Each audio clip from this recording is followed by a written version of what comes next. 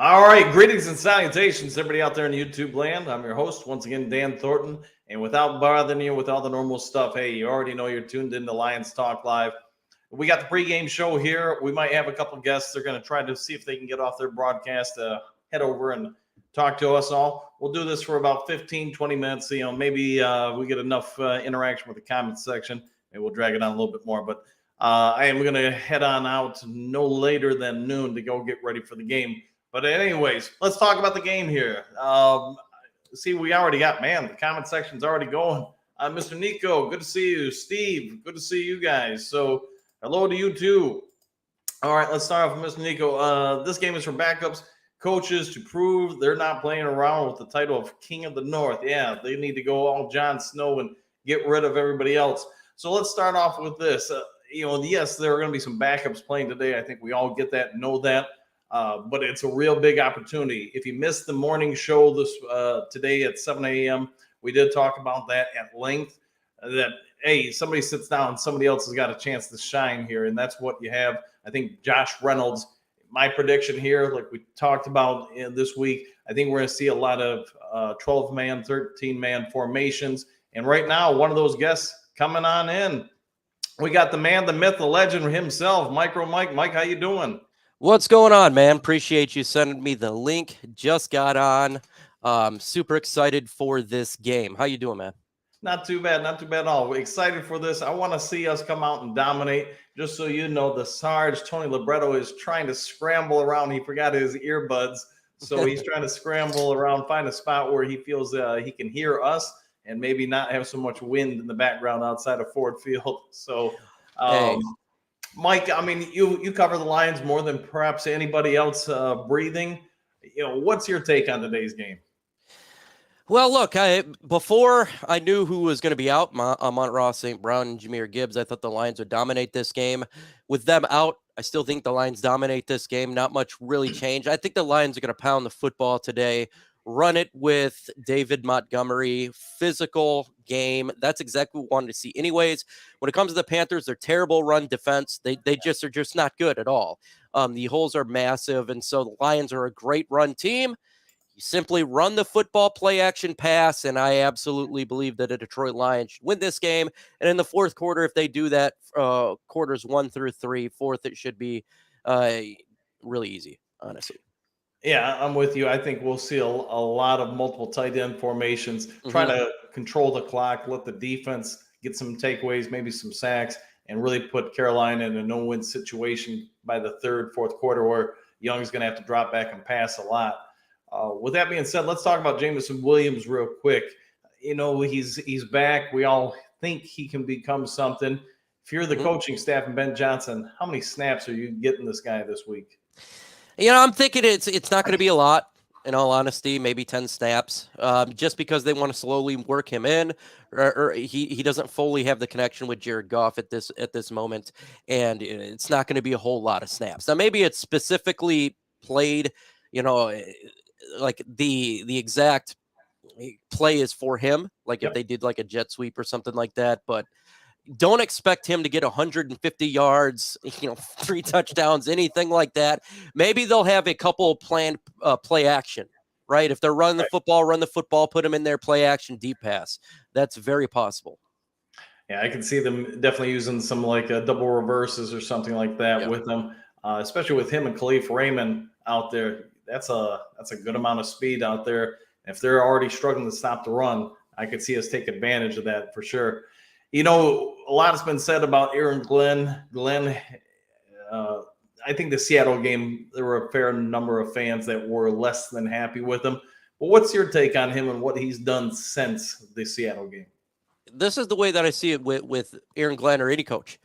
It's game by game. Just continue to stat games like we have been doing. You do that, we'll get more confidence. The fans will get more confidence in Aaron Glenn, just like they are with Ben Johnson. You stat good game after good game after good game, rush the passer and be effective. He'll get he'll start get that momentum change where you give him the benefit of the doubt. I think he's done a fantastic job so far this year. I mean, yeah, one bad game, but 3 really good games. And, right now he's showing what he can do, right? We have all these players we can attack, we can be effective.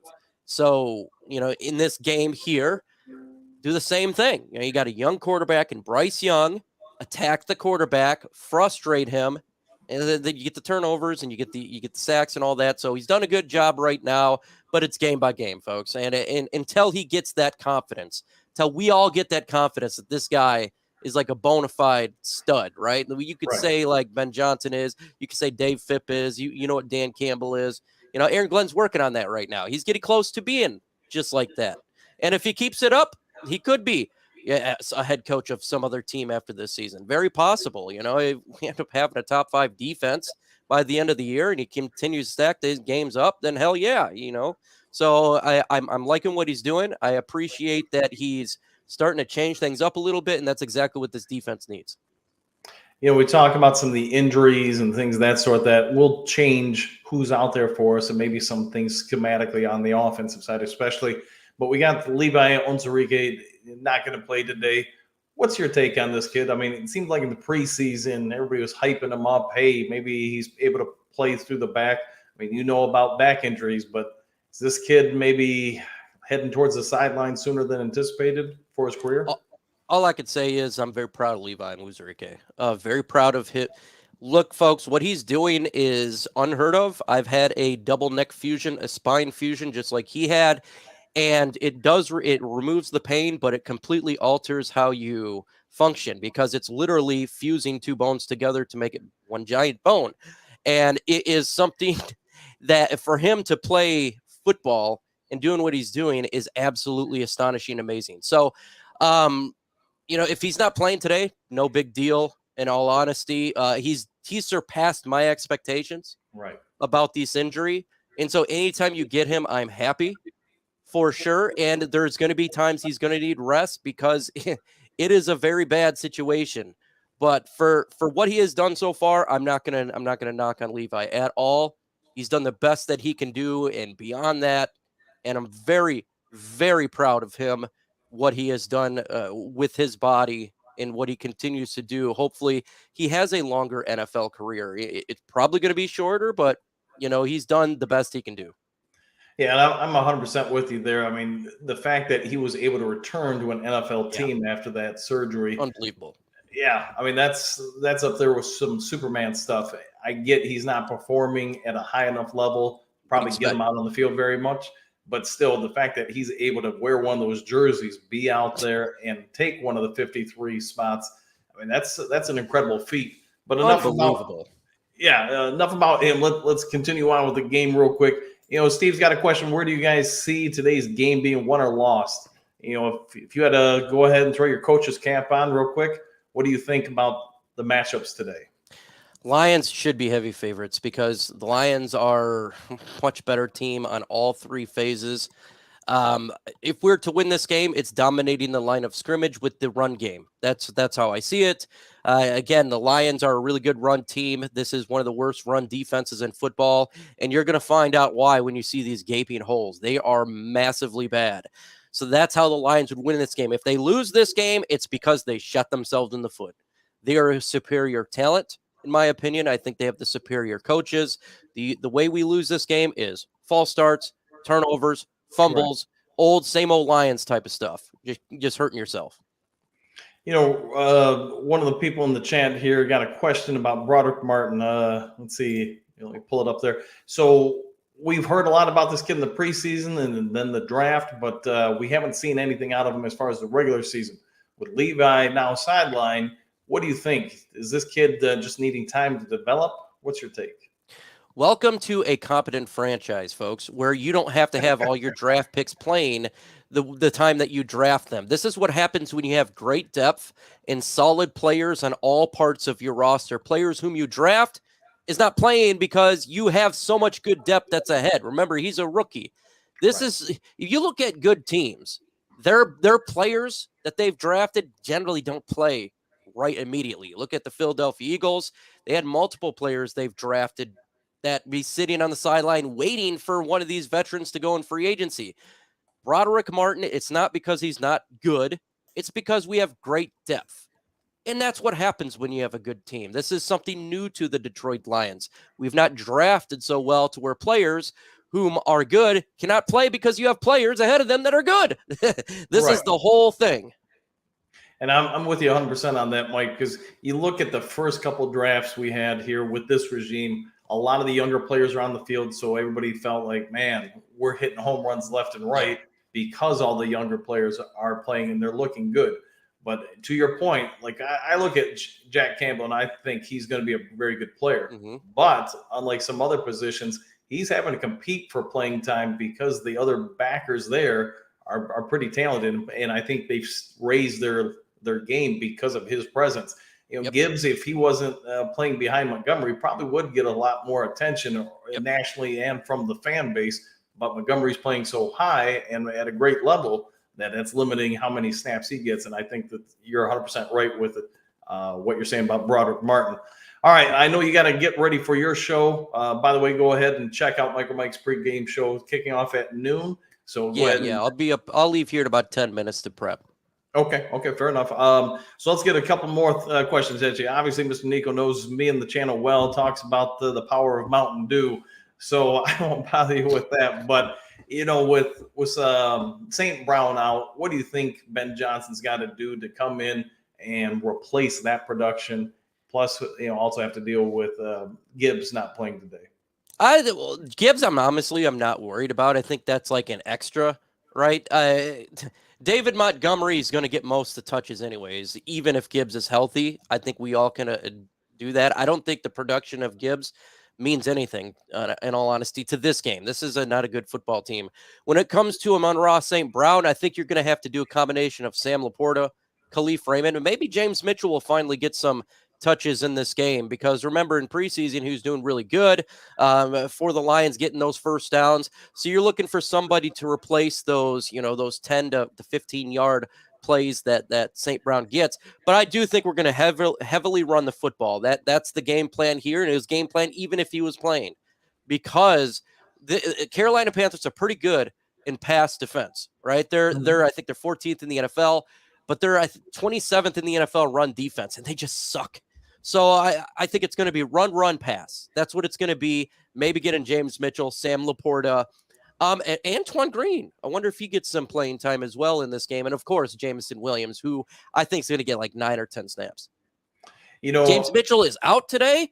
Well, holy shit. Well, there goes that role. Well, I guess that's going to be somebody else. I did not expect that. I haven't even got the inactives or active list yet. So thanks for Uper and Don Burr. I wonder if it's going to go to Brock Wright. That could be. And Brock Wright's not too bad at all. So real quick, I want to ask you a question, because obviously we're a couple games in the season here. Bryce Young, what's your take on this kid? Is he just going to need more talent around him, more time to develop? He seems, when the limited amount of film I watched on him this week, man, he looks like he's struggling with some of his reads. Yeah. Well, he's on a really bad team too. Yes. They're one of the worst teams in the NFL. I give rookies 3 years to develop. Right now, CJ Stroud is looking like the better quarterback. He's the physical type. He's shown it in Ohio. That last game where he was playing, man, he was all over the place against the Georgia Bulldogs. My thing, Bryce Young is special, right? He's got those abilities, but right now he seems a little bit undecisive. He's holding onto the ball a little bit more. I don't think he has that many weapons that can get open for him. Adam Thielen, his number one target. That's not a good number one target. So it's going to be a rough year for him this year. Maybe he'll get better. They got to surround him with weapons, but starting to think that they drafted the wrong guy.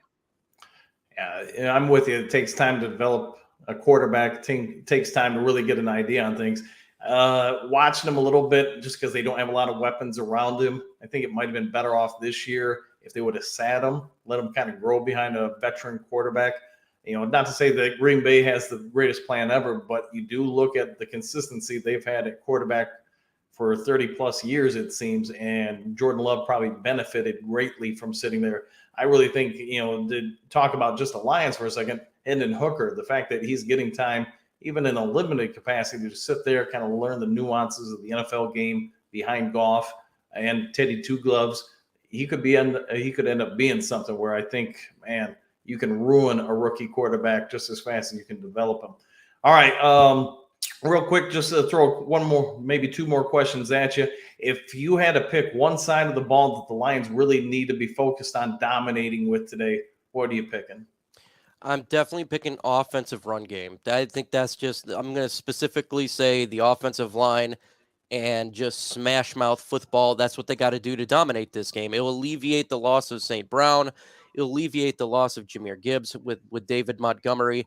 And is Big V playing in this game? I didn't see that he was out or anything. So if he's in, that's huge for the Lions offensive line. I've been waiting for this one all week long. I have seen the inactives. He's not on there. But doesn't specifically say if he's going to be in the lineup. If he is, the Lions absolutely should be doing 5 yards a carry. He's in. Right.